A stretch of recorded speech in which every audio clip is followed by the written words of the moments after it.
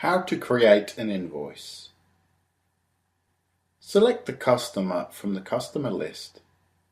Click on the Add Invoice button. The top left corner displays the customer code and company name. Underneath this is the invoice number. The next numerical sequenced invoice number is generated, but can be changed, e.g. to set a manual invoice number by typing the new number into the box. The invoice date displayed at the top of the next column defaults to today's date per the computer, but you can change this as necessary. The invoice status or invoice options are then displayed, and the choices are Order/Invoice, a standard tax invoice or agreement for provision of goods and services. Quotation. Quote a customer for goods or services expecting an order. When the quote is successful, the status can be changed to invoice. Hold open. Create an invoice, but do not allow finalizing just yet. Finalized. A tax invoice issued to a customer ready for payment, also referred to as posted or closed, but does not necessarily mean paid off. The PO number field can be used to reference a purchase order that may have been placed in relation to this invoice. If payment has been received at the same time the invoice is created, click in the Cash Invoice tick box. When the invoice is finalized, a receipt will be applied automatically for the amount owing and for the same date as the invoice. Please note, if using a cash invoice, you can set up automatic transfer to your cash flow records for the receipt. See Cash Invoice Settings in Options in Invoice Manager. Alternatively, if you have a lot of cash invoices, you can select not to transfer each individual invoice to Cashflow and just record the total at the end of the day. The credit limit and current balance are references to the credit limit you have established for the customer together with the current balance of their account for ease of use. If Use Customer Types has been selected in Options, a customer type field and the customer type allocated to this customer in Add Customer/Modify Customer will display under the current balance. You can click on the down arrow and select a different customer type if required. To change the customer type permanently, click on Modify Customer next to the customer list. The prices for items chosen from inventory will default to that mapped price list for that customer type. If Use Jobs Number has been selected in Options, a job number field will also display under the current balance and customer type. The invoice can be assigned to a job from the drop-down arrow, so you can allocate invoices to track specific jobs. Add items to your sales invoice. Okay, it's time to add some items to your invoice, which can be done in two ways. You can simply type in the details of the item to be included on the invoice, or you can choose from the item code or description drop-downs that list items recorded as sell or buy sell in the inventory. Please note that management sales reports designed to give you information to analyze your sales and purchases only include items that are listed in inventory and require selection from the inventory list to be included in these reports. You can also track inventory on items that are purchased and sold as long as you add inventory items to invoices through the item code or description selections. If you know the item code, start typing this into the item code field. And as the right one appears, press Enter. Alternatively, you can click on the drop-down arrow and choose the item from the inventory list. The item's details stored in the inventory listing will be pre-filled into the description, tax type and unit price fields, and you can edit these if you need to. Enter the quantity of items supplied and press enter.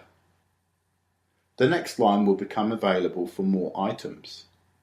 Continue filling in item details for your sales invoice and press enter at the end of each line. As I mentioned earlier, if you simply type in a description, the tracked inventory will not automatically adjust the item count or be included in the sales reports. The description can be a maximum of 250 characters. If you wish to type more, go to the next line and type the rest in the next description field, but make sure you select the quantity as 0 for that line. Each of the column widths on the screen can be resized. For example, if you wish the description column to be wider, position your mouse cursor over the right side of the description column header.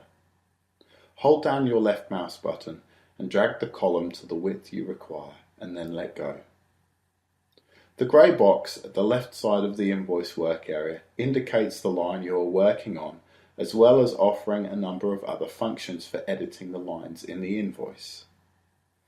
To access these functions, left-click on the grey box on the left side of the line. An arrow will appear to indicate the rows selected. Right-click to list the functions and then left-click on the function you require. Insert blank line. Insert a blank line above the currently selected line. Remove line.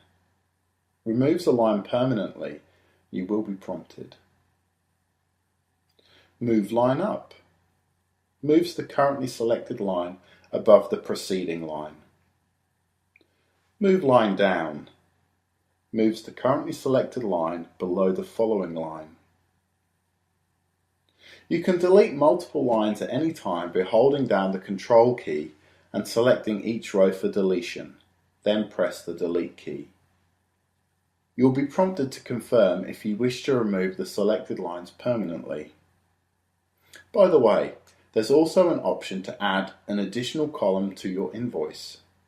For example, some businesses create one invoice for transactions that span more than one day, so the extra column can be used for the transaction date.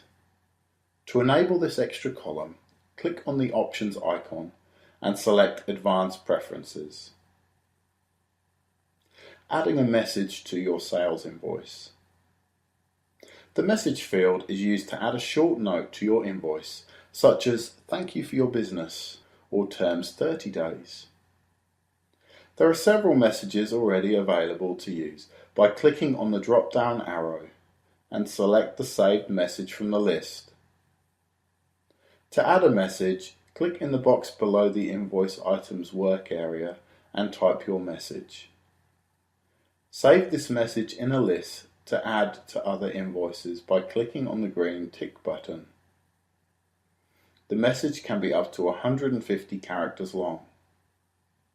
To delete an existing message, select the message and then click on the red cross button. Extra details.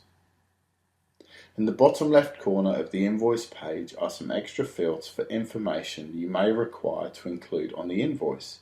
For example, a construction job's building address or more details for the job. The extra field titles can be changed by double-clicking on the title. A text box will appear to change the name. Press Enter when done.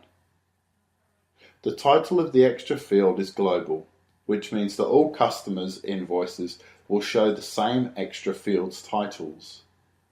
If you use the extra fields, you will need to add these fields to a customized layout, as they're not shown by default. Apply a discount. To apply a discount, click on the Discount tab and type in the amount or rate of discount in the box. If you're applying a percentage discount to the invoice, choose the % option. If the discount is a specified amount, choose the pound option, then click on the Apply Discount button.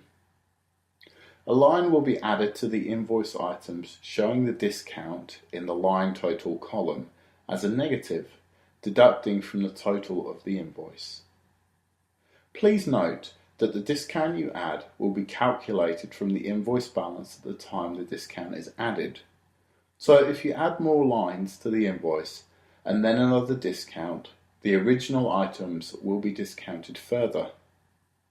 You can remove a discount line like any other invoice item line, as we reviewed earlier.